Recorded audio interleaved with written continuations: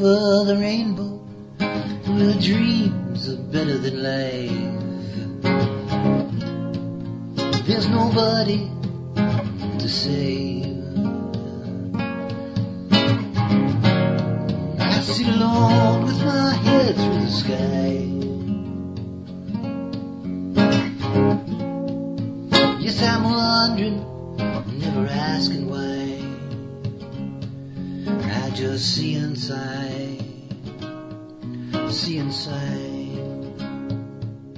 Hello, and welcome to the Mechanics of the Maya. And today we're going to look at the voices of Babel, and Babel it really is. Interesting thing. I guess it's one of the most fascinating things. I discovered that very early in my career. It was one of my favorite questions to ask people. Where does what you say, where does your voice come from? You know, where does it come from? Most people think that the way in which you frame what you're going to say is something that you organize in your mind. It really is. The assumption is that the way you say things is organized in the mind, and that is the way that you deliver it. But that isn't, in fact, the way in which it works. As a matter of fact, the way in which you speak is a mechanism of your throat center. And not only is it a way in which you speak, but it frames the way in which you express yourself. In other words, you know, the way in which you express yourself is controlled by your throat, not your mind. Your voice comes from here. And the throat center is an incredible center. It really is. It is by far the most complex. It's obvious in the sense that it has the most gates. There are 11 gates coming out of the throat. And what is so interesting about the throat center, that despite the complexity of the variations, all these variations that emerge out of the throat, in its biological association, it's only associated basically to one thing, that is to the thyroid system, to the thyroid glands, the parathyroids. In other words, this is connected with metabolism. It is connected with the way in which the potential of manifestation, in this case verbal manifestation, the way in which this manifestation can take place. The throat is really the center. You know, I often describe it as in the cliche of Rome, in that all roads lead there. Everything leads to the throat. And in one way or another, all life is trying to find its way through the throat.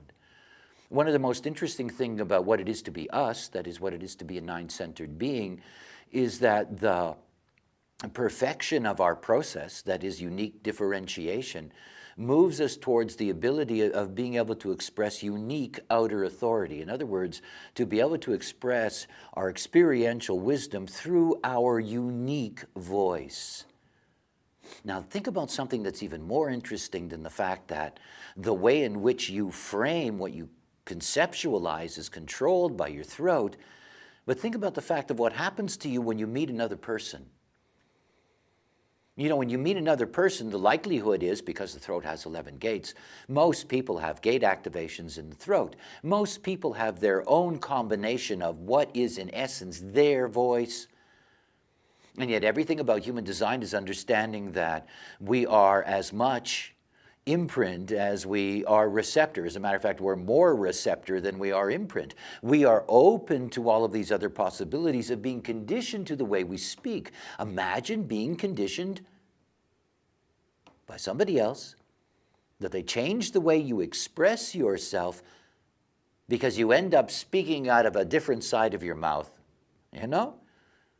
It's one of the most extraordinary things. And it's something that you get to discover particularly in relationships. You know, if you're being dominated by somebody else's throat, you can only talk the way they talk. You can't talk any other way. And you can lose your own ability to be able to express yourself in a way that is correct for you because you're talking out of somebody else's throat. Oh, the throat is an amazing thing. And every single one of these 11 gates, every single one of these 11 gates have a unique way in which they express themselves. Now take a look at the Rave Mandala. When you take a look at the Rave Mandala, the first thing you'll notice about it is that the Rave Mandala is divided up into 4 quarters, into 4 parts. And there is a part that stretches from the 2nd hexagram on the bottom and it goes all the way around to the 7th hexagram on the other side. And there are 16 gates in that quarter of the wheel, and every single throat gate is in there. In other words, all of the gates of the throat, all of the gates of our expression verbally are all rooted in one zone of the mandala, and they're all rooted in the quarter of civilization. There is nothing more important to us than the way in which we communicate with each other. It's one of the things to understand about being a homogenized being. When you're a homogenized being, your inner and outer truth is all in your mind, which means that you cannot help yourself but lie. Lie to protect yourself, lie so that you don't put yourself in a situation that you don't know where that leads, lie to try to get yourself into a situation. Because you see, the moment that your mind is the inner authority making decisions, then the way it communicates with the other is always, always, always being vetted. It's always being checked. You're always making sure that you don't say something that you shouldn't say. But this isn't what communication is all about. You know, as a nine-center being, we have the possibility within us to be able to communicate purely to the other being. But you can only do that when your mind isn't involved. You can only do that when your mind isn't your inner authority, because then it's going to distort the way in which your outer authority is going to emerge. It's one of the keys to being us, is that the moment that you're really operating correctly as yourself, strategy and authority, slowly but surely you begin to express yourself in a way that is correct for you, and you find your voice. Now, I'm going to take you through one at a time, through each of these voices, just briefly so you have a sense of them. But please understand, that's a deconstruction. Most human beings are going to have variations. I have many gates that are active in the throat. You can notice that. You know, so many of us have a very synthesized voice. That is a voice that's made up of different qualities that emerge out of this throat. But for the purposes of this class, you know, I will just take you through to give you a feel for what they are like. And in doing so, one of the things that I want to do is that I want to take you along the bottom of the mandala and take you in a line as the throat gates emerge, and they begin with the 23rd gate. You know, the 23rd gate. The 23rd gate in the throat, pointed upwards towards the ajna, individual gate, and it says, I know or not. This is its voice. It can't express itself any other way. Please understand that. You know, so if you've got a kid in your house who happens to have the 23rd gate, you're going to hear them say, I know, until it drives you crazy. Not only that, you're going to hear them say, I know, when you know they don't know. But then again, that's another story. But the voice says, I know. Now think about what that's like. You don't have the 23rd gate. So you're not one of these people who says, I know. I say that. I have the 23rd gate. You don't have the 23rd gate, and you're with somebody who has the 23rd gate, and you say to them, I know. Do you? You see, everybody thinks it's all about the mind. It's not about the mind. This is a mechanism. Each of these aspects in the throat, they say things the way they say things. And that immediately sets a parameter in which we think that is a construct coming out of the mind. I know. It's not saying I know because it knows, necessarily. It says I know because when it opens its mouth, that's what comes out. Oh, are we trapped in the game? And if you start thinking that your I know is your I know, you know, it gets very funny. Anyway, let's move along. We go from the 23rd gate to the 8th gate. 8th gate, you know, this gate in the throat center pointed down towards the G center, also individual, pointed towards the first gate. And the 8th gate says, I know I can make a contribution, or not. That's what it says. It doesn't just simply say, I know. It's not the 23. It says, I know I can make a contribution. I know I can help. I know I can do this for you. I know I can, I know I can, I know I can. Even when it can't. Think about the 8th gate that says, I know I can do this for you, and that throat isn't connected to a motor. And here is somebody who says, I'll do it, but they won't necessarily do it. Here is somebody who says they want to do it, but they won't necessarily be able to do it. See, we have all these voices. And our voices control us. In the sense that the way we express ourselves determines the way we exist on this plane in relationship to everybody else around us. And the moment that you're saying to somebody, I know I can make a contribution, they're expecting it. He makes contributions, they say. It's what he's always saying. He's always saying he's ready to help. Let's ask him, whatever the case may be. It's not about their mind doing that. It's about every time they open up their mouth, the same formula comes out. We're all like that. We're all caught in the formula. All right, then we have the 20th gate, contemplation, This gate that sits there at the top of the integration system, this most individual of all constructs in the body graph. And it says, I know I am, or not. So it speaks about everything in its I am, everything about I know I am, and I know I am here now, what this is all about. And this is what it talks about, and this is what it expresses. And it can't do anything else but. And please notice with all of these the or not, because it's an on-off. Or not. You can make the contribution or not. You can be aware of who you are in the moment or not. This knowing of what's now or not. It's not a guarantee of anything. But the expression is something that is rigidly controlled. All right. Let's move away from individuality for a moment. Let's get to the 16th gate. Ooh, the 16th gate, the gate of enthusiasm, the gate that sits at the top of the channel of talent. That 16th gate, it says, I experiment or not.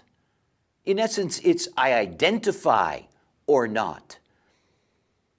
But that's its voice. It's a voice that says, I identify with this thing or that thing. It's a voice that says, I am ready to experiment or not. It's a logical voice.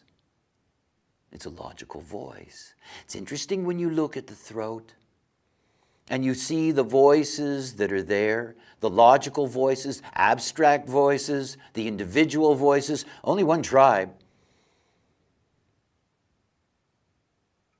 Each of them expressing different aspects of that circuitry.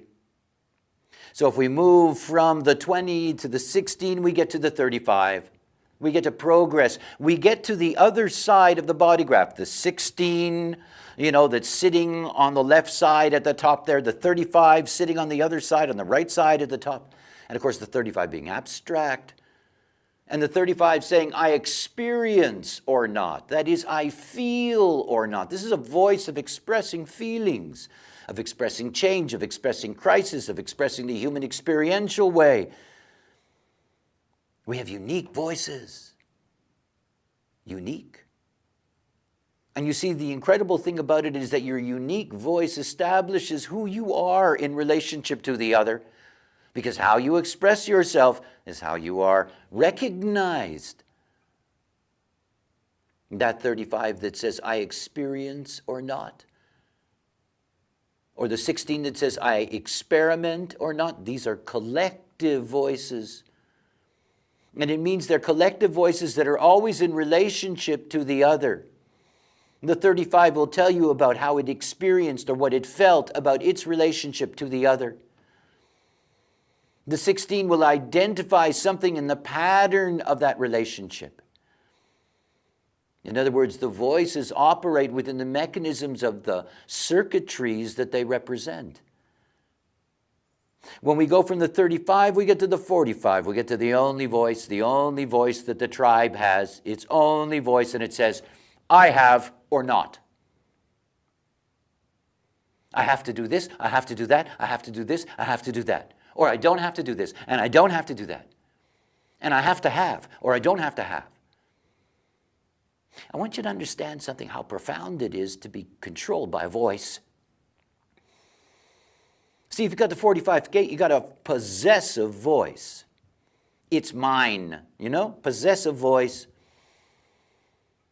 And the having becomes so important, what they have, what they don't have, because this is what they're expressing. Think about it. When you hear yourself say, I have to have, your mind is going, oh, really? Oh, yeah? Okay, yeah, we have to have. It's your throat that's doing it. It's your throat that's setting the pattern itself. Everything follows from that. So think about who you are. You don't have the 45th gate. And all of a sudden you're talking about what you need to have or you don't have. It's a conditioned voice. We get so easily conditioned by the other being. And it's so easy to be conditioned the moment that you're not aware, the moment that you're not operating correctly, the moment that you're so easily subject to the conditioning forces that other people bring. And when your voice changes, you change. You're suddenly possessive. You're suddenly Mr. I or Mrs. I know, And that's not normally who you are, and people look at you and say, what happened to you? And you think about yourself and think that suddenly you know something that you didn't know before, but you don't really know it, you're just saying it. It can be vicious the way the throat is controlled by the other, let alone the other by the program. There's 11 gates. 11 gates in the throat out of the 64 gates in the wheel. Boy, you're going to get a lot of throat activations. All those planets passing through, the moon going through that part of the mandala, cranking open all the gates of the throat. Long-term transits into throat gates. Whoa, what an effect it has on the way in which people communicate with each other, and they don't even notice. See, most human beings think it's interchangeable to say, I think, I know, and I believe. I believe, I think, I know. It's all interchangeable to them. I know, I believe, I think, I think, I believe, I know. All that. This is the homogenized world. We're not like that. We're not. We have very, very specific values, each of us.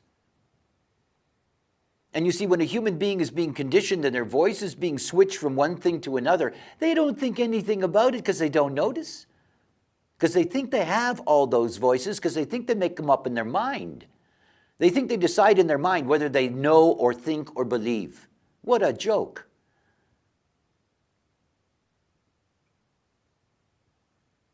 All right, let's take another step. We go to the 12.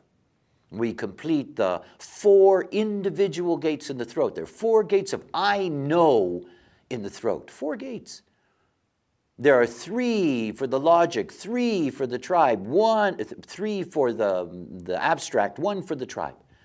The most gates in the throat are individual. The 23, the 8, the 20, and now the 12 on the emotional side, and pointed down at the emotional system. And the 12th gate says, I know I can try or not. And it's basically, I know I can try to mutate or not. I know I can try to socialize or not. I know I can try to deal with the emotional system or not, whatever the case may be. But it's still this fundamental I know. See, if you're not individual, I know is not something that naturally belongs in your verbal expression. It is changing you as a person. And it's changing you as a person because, in fact, you're being conditioned to speak in a way that is not natural for you. And the result is that people are going to deal with you relative to the way in which you're expressing yourself. In other words, they're not communicating with you either. Now, if you go along in the wheel, in the journey that we've taken, and you go from the 23 to the 12, they're all in a row. Every single one that I have just described to you, all of these voices, they're all in a row. And then there's a gap. Then there's a gap, and then we open up again with the 62nd gate, this metamorphic gate in the throat, logical gate pointed up towards the 17, the 62nd gate, the gate of detail, this gate of being able to express I think or not. I think or not. You know, this is the logical voice. I think, and it is the natural logical voice out of the 60-second gate, where the 23 says, I know or not. The 60-second gate says, I think or not. And when we move beyond the 62, we get to the 56, we go to the other side of the metamorphic process. The abstract side, the 56 gate, the wanderer, the gate that says, I believe or not. I think, I know, I believe. Now look, if you're sitting with somebody and they say, I believe, the way you think about what they're saying is conditioned by the way they introduce it. When you're sitting with somebody and they say, I know, the way you relate to them is relative to the way they're expressing themselves. When somebody says, I think, you deal with it from another point of view. You see, the reality is that the moment that you're expressing yourself, the moment you say, I think, it is naturally an opinion. The moment you say, I believe, it is naturally an idea.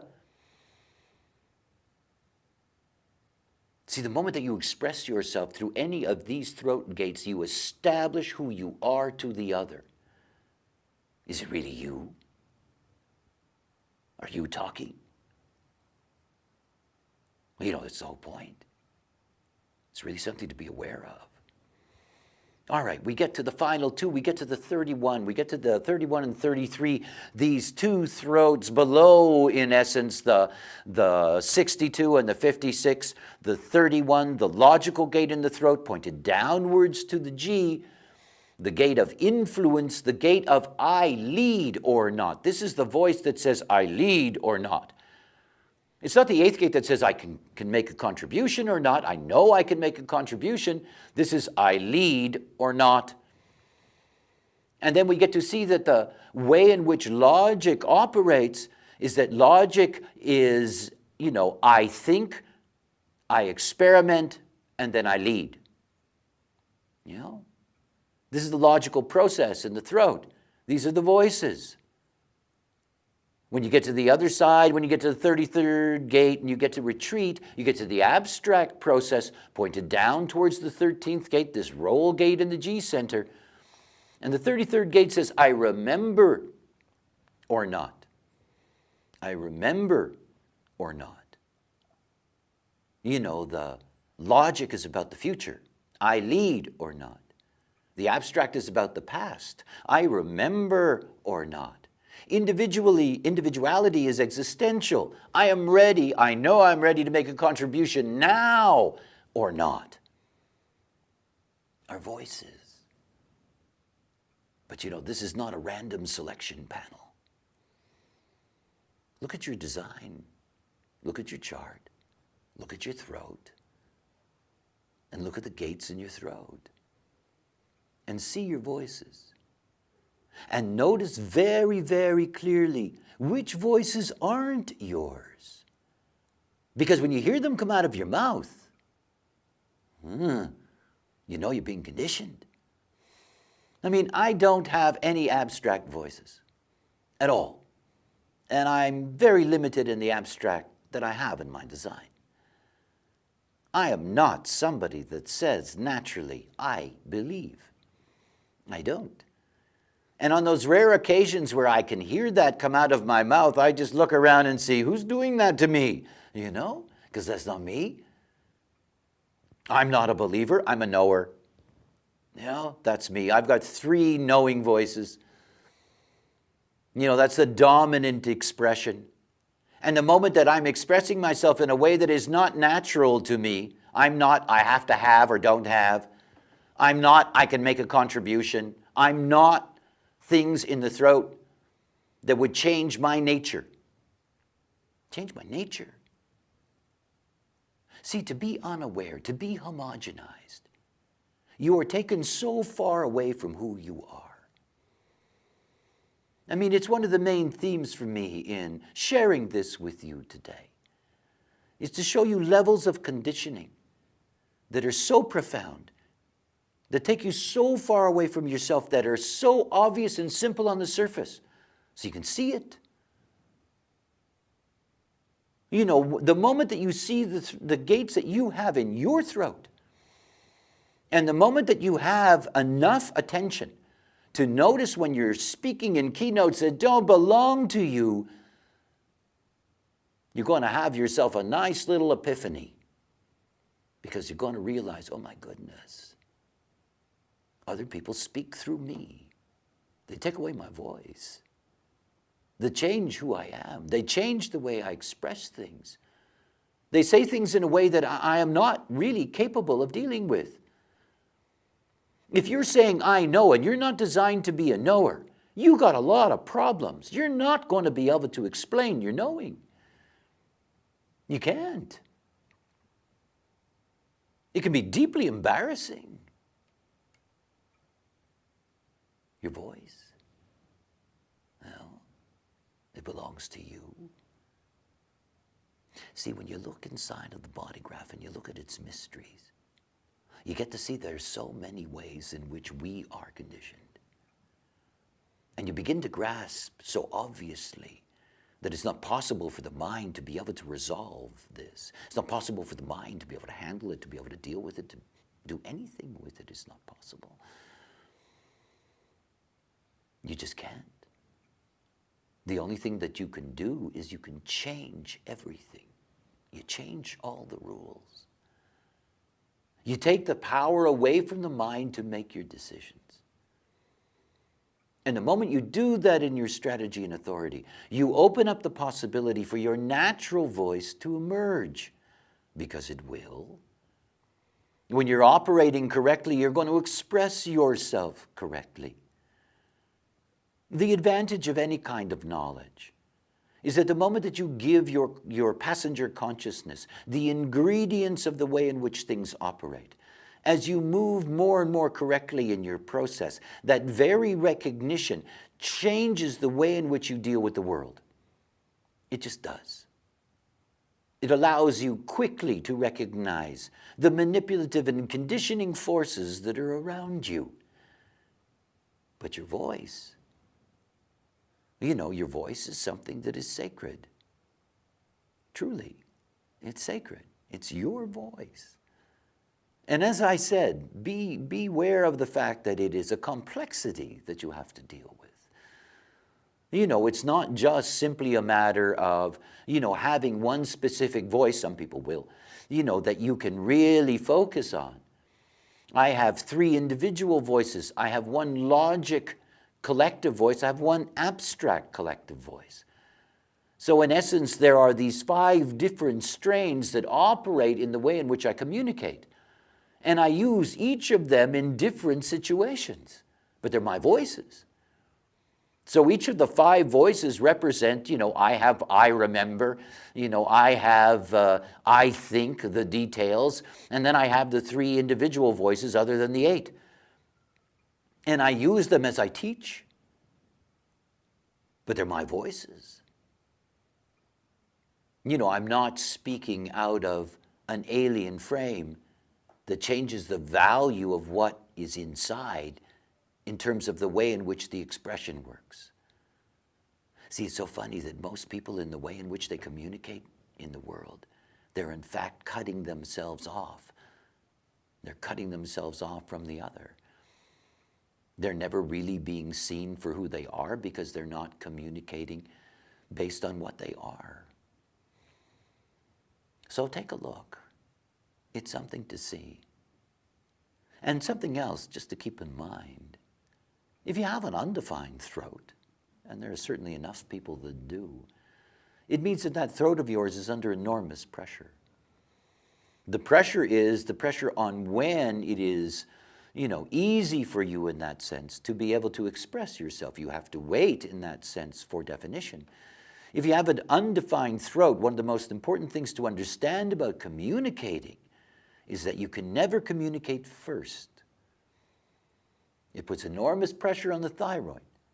And the moment you have all that pressure on the thyroid, you begin to have problems with your vehicle itself and with your health and well-being. the answer in the end, strategy and authority. It always is. But look at those voices and remember what voices are yours, and be clear about what voices aren't yours, and wait until you hear yourself speak with a voice that doesn't belong to you. That's a great lesson. Well, to all of you, you take care. Nice you participated. Until next time, bye for now. I can do nothing but wait. I sit alone with my head through the sky.